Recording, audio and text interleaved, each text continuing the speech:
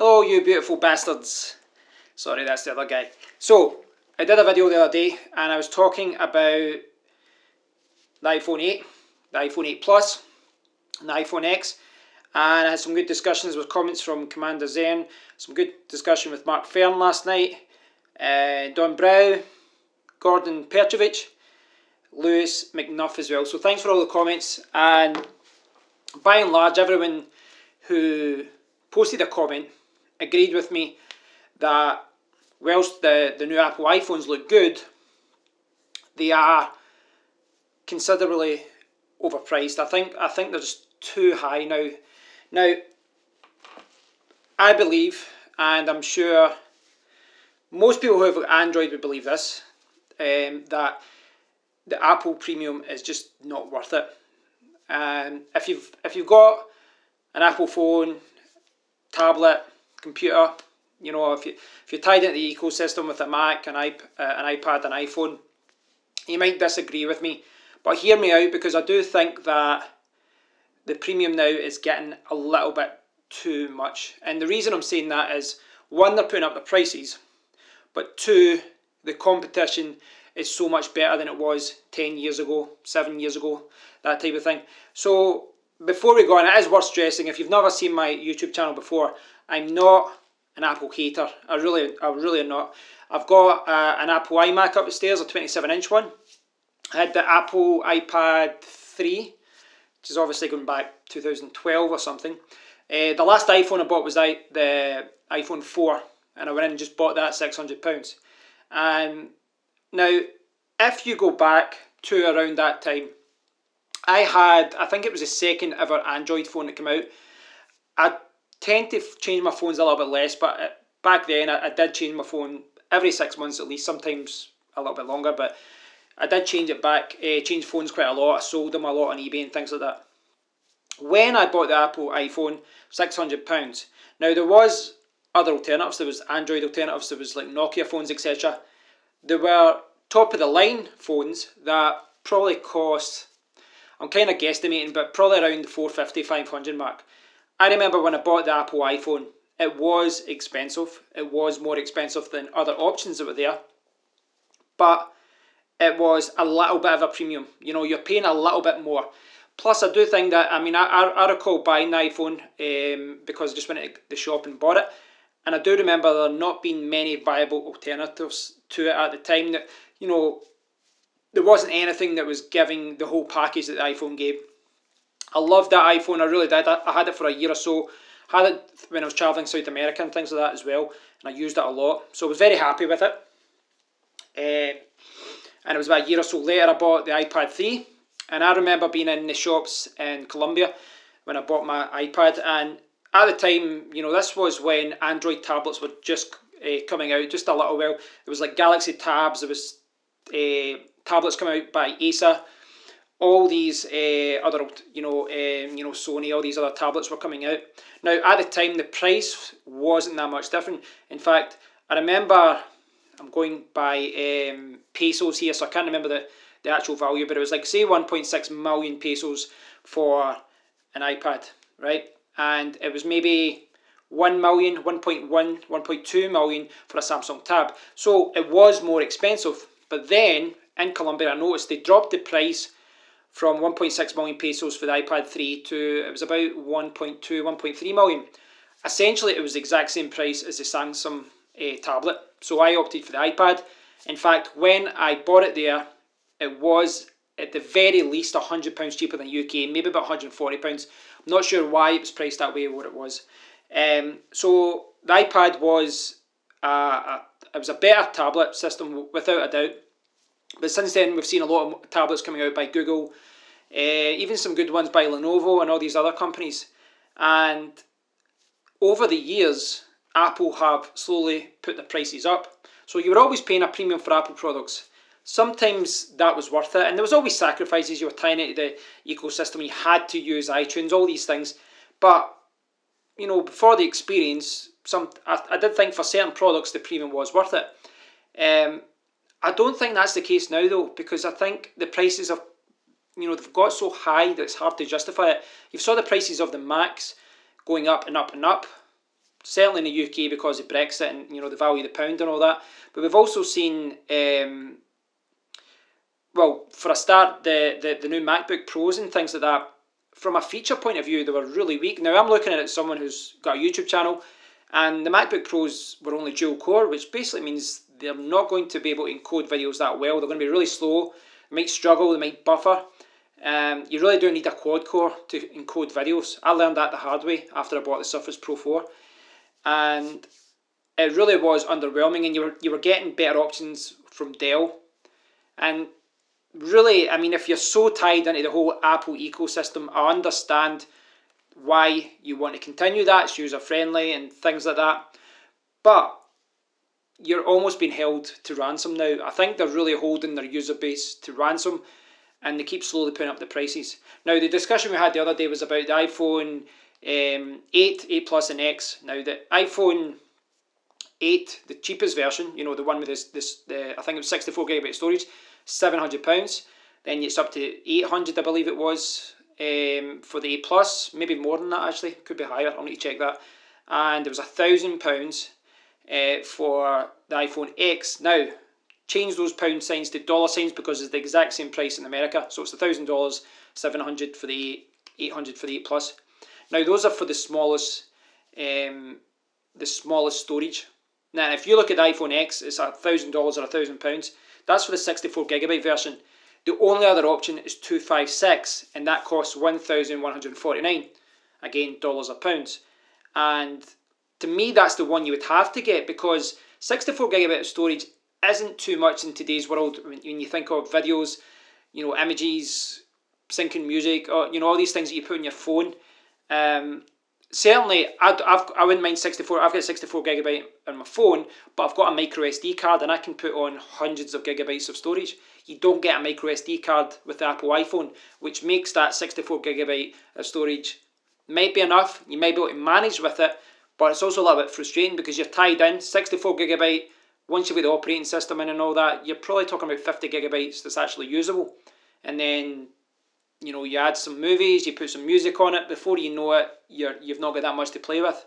And when you pay £1,000 for a phone, you don't want to be sitting there going, oh no, I need to delete videos, I need to delete images. The fact that you'd have to do that with a £1,000 phone is absolutely insane.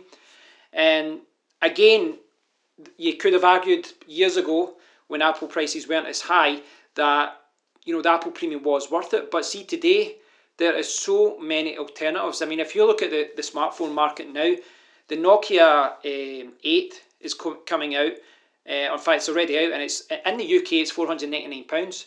So phones like that. I've got the Snapdragon 835, which is the same as my HTC U11, same as the Samsung S8, and you're getting the Snapdragon 835, which should offer the same, and it wouldn't surprise me if even better performance than the new Apple phone. So you're going to get similar performance to the new Apple iPhones, but you're only going to pay $500 for it. You could probably get the HTC U11 for around that price. I know the Samsung S8 is that price. I believe the Samsung S8 Plus, maybe a little bit more, but refurbished or second hand, you'd probably get it for $450. What I'm saying is, we're at the point now where the higher model of the 8 Plus, storage wise, and the iPhone X it will offer similar performance to Android phones with the Snapdragon 835, but you're going to pay close to or even over double the price. Now, paying double is insane. We all use a smartphone. It is what we use all the time. You use it for videos, for cameras, for games, for movies, for everything. But the phone is still something that you can lose. It's something you can put in your jacket and you lose it, or you lose it on a night out. And paying £1,000, £1,000, or even $1,150 is an insane amount of money, and I can't stress that enough. This applies to the whole Apple range. I think that where we are with Apple slowly putting up the prices even higher, and the fact that there's so many other alternatives, really you're paying a very high price to stay within the Apple ecosystem. I'm not going to dispute the fact that Apple make sexy phones, they make user-friendly phones, but really they're really pushing themselves up to a higher market. Now, I did a video the other week, and I spoke about the Samsung Note 8, And the Samsung Note 8, that's coming out in the UK for 869. I'll probably drop a little bit in the UK. Now that is a very expensive phone as well, but when you look at features, when you look at functionality with the stylus and all these other things, I would say that's still a better phone than the iPhone 8 Plus. The iPhone 8 and the iPhone 8 Plus are identical to the 7, apart from a slightly improved camera, and they've put the A11 chip instead of the A10. So really, they've been, I wouldn't say lazy. You know, if it's a nice design, it's a nice design.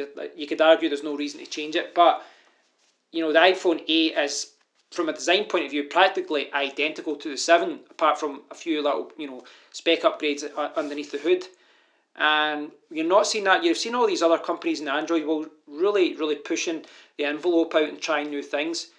The iPhone X, I think it is a step forward, without a doubt. I think the idea of not having a bezel, of it being the same size as the iPhone 8, yet having a 5.8-inch screen, it's a really good move forward for Apple. But let's not forget that Samsung have already did this with S8 as well, with the minimal bezels. And you can pick up a Samsung S8 at half the price.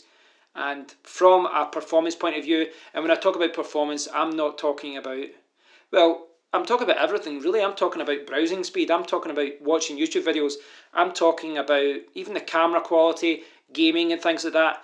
You're really talking about, if the Samsung S8 is better than the Apple or vice versa, you're talking really small amounts here. That is, unless you're sitting there looking at both of them together, you're not going to notice that one is, you know, a lot faster than the other. You really won't notice it. You're really talking about small margins here when you talk about the top of this the smartphone market. Now the iPhone X as well, you need to remember, yes, it's got that Face ID thing, which frankly, it doesn't do much for me personally, but it's important to remember that underneath the hood, it is exactly 100% the same as the iPhone 8 Plus. So you're paying $200 or £200 of a premium to just have a larger screen on a smaller shell.